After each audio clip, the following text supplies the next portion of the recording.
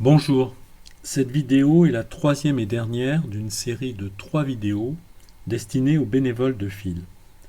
Ces vidéos présentent les conditions de base pour qu'un bénévole puisse utiliser les outils de collaboration en ligne de fil. Dans les 2 précédentes vidéos, nous avons vu comment d'abord lier correctement son adresse de messagerie usuelle à son compte Google et deuxièmement, comment vérifier qu'on est bien intégré aux 2 groupes fil, le groupe de son équipe de site et le groupe de l'association. Une fois ces vérifications faites, vous pouvez désormais aussi accéder aux documents partagés. C'est ce qu'on va voir. Je vais à l'adresse Google de base, comme d'habitude.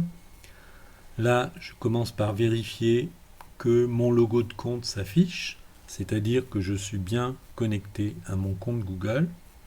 Et maintenant, je peux aller voir les documents partagés avec moi sur mon Drive.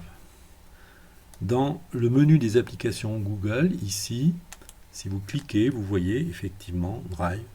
Et en cliquant dessus, on peut aller directement sur le Drive. On peut aussi y aller d'une autre manière en tapant ici drive.google.com.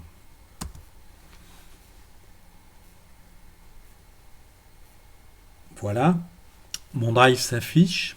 Bon, il y a là bien sûr des documents personnels sur cette page d'accueil. Mais dans la marge de gauche, ici en dessous de mon Drive, il y a aussi quelque chose qui s'appelle Partager avec moi.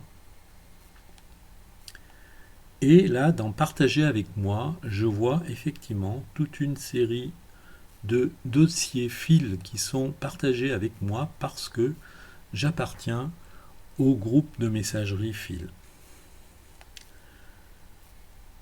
Parmi ces dossiers partagés avec moi, il y en a un plus spécial, c'est celui de l'équipe du 3e arrondissement.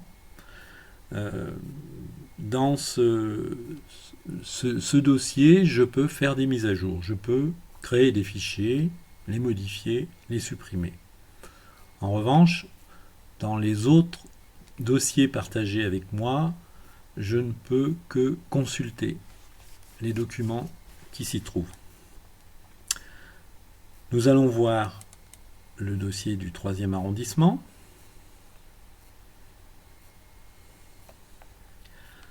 Vous voyez là qu'il y a 5 dossiers qui s'affichent et 3 fichiers. Vous pouvez les afficher en mode gris si vous préférez. Voilà, il y en a qui préfèrent.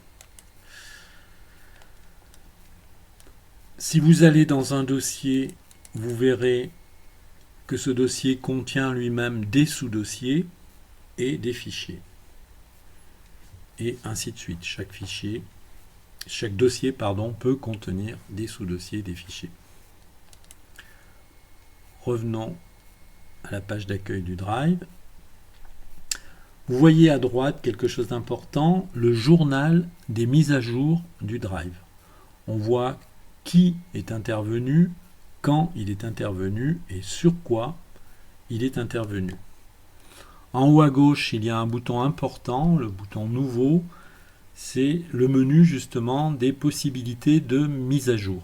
Je clique dessus et je vois que je peux créer un nouveau dossier, je peux importer un fichier à partir de mon ordinateur ou je peux même créer directement des documents dans l'espace partagé en utilisant la suite bureautique de Google. Google Docs pour des traitements de texte, Google Sheets pour des tableaux, Google Slides pour des présentations, et il y en a même d'autres, par exemple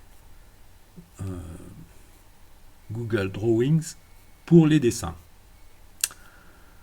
Voilà, je crois que vous avez les bases suffisantes pour démarrer avec les ressources partagées de fil. Pour terminer, un dernier point,